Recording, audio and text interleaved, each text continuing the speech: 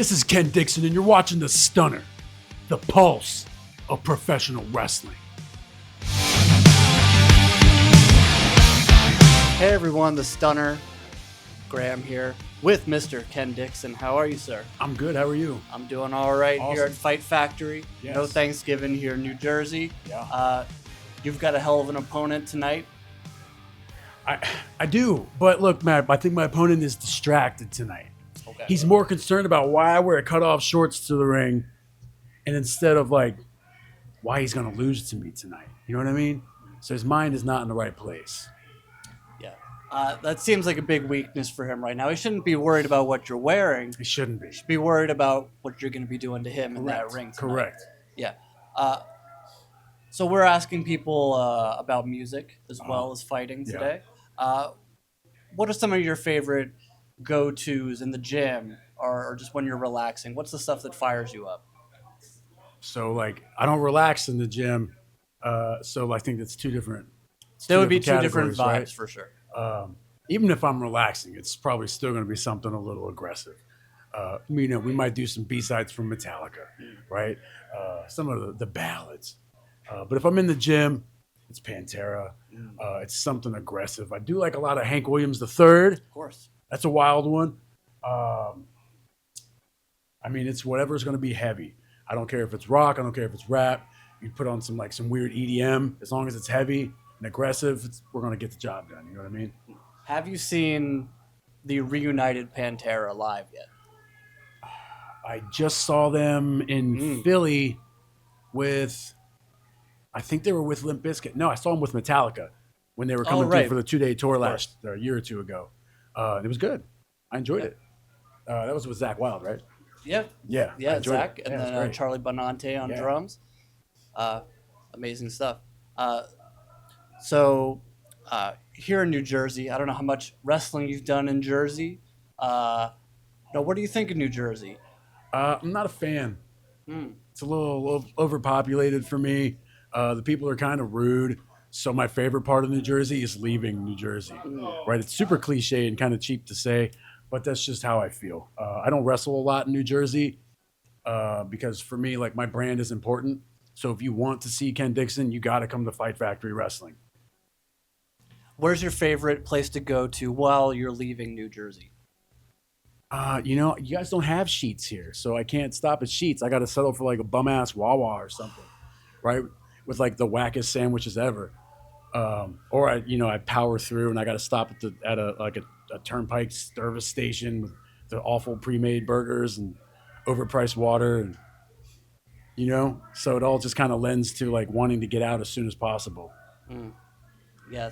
Well, let's go forward toward the holidays. Let's do that. Let's go to the holidays. Growing up, Christmas. What was the most epic Christmas gift? What was something that you wanted? So this was 1997. Okay. I was into skateboarding. Me and my brother were into skateboarding at the time, and Osiris, the brand, had come out with this bag called the G Bag. It was a backpack that had 5-watt speakers in it. But you had to get 16 AA batteries to power this thing up. But when we had the batteries and everything was going, I was the coolest kid in school. You couldn't tell me nothing. Even though they didn't know my name, I was just a white boy with a backpack. But yeah, that was probably my coolest Christmas gift. Best one ever. Let's talk about entrance themes real quick. Yeah. What's your favorite entrance theme of all time and why? I'm split, man. The Road Warriors or the Ultimate Warrior. Yeah. Oh, those are the old Jim Johnston themes. You can't beat them because they're so specific to the guy. And now wrestling themes are so generic. They're really generic. You could just put it on and it's like watching Spike TV commercials and you just wait for the next monster truck show to come on. It matters a lot. I have my own custom music and it's built to me. Because I don't want people to remember the song being cool. I want them to remember me being cool and the song being associated. But the flip side of that coin is watching ECW, right? And you see the Sandman, but you associate the Sandman with Enter Sandman, and they're equally as cool, right? Yeah, RVD with Pantera, same thing. That stuff's super important. And I think ECW is the only one to ever get away with it outside of CM Punk and maybe Edge to an extent. That's true. I'm pretty sure that ECW weren't paying any royalties. There. That's how they got away with it. I mean, it's just like for me, it made it more edgy because they were like outlaws across the board. They stole their music, like it was like pirated TV, right? Like, so I think it just lent to the whole vibe So of ECW. growing up, were you a big ECW fan, or was it more WWF, WCW? I was just a fan of wrestling at that age. I found ECW because I was living in Indiana in at like 95, 96. And for the old heads, it had the UHF and the VHS knob on the TV.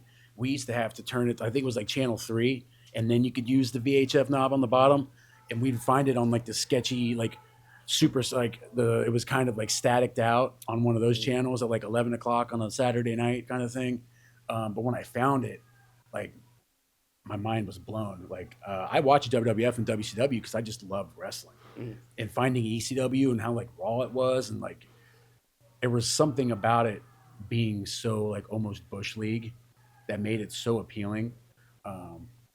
So yeah, I was really into ECW as a kid. How could you not be back then? Right. Especially downloading it on LimeWire or something. We don't talk That about hit. LimeWire. We ruined many family computers with LimeWire and Kaza. We don't talk about those. We did, but it just hit so good back then. Thank you so much. I appreciate Yeah. your time. Thank you for your time, Best brother. of luck tonight. Yes, sir. Not that you need it, but best of luck anyway. TJ Marconi needs it.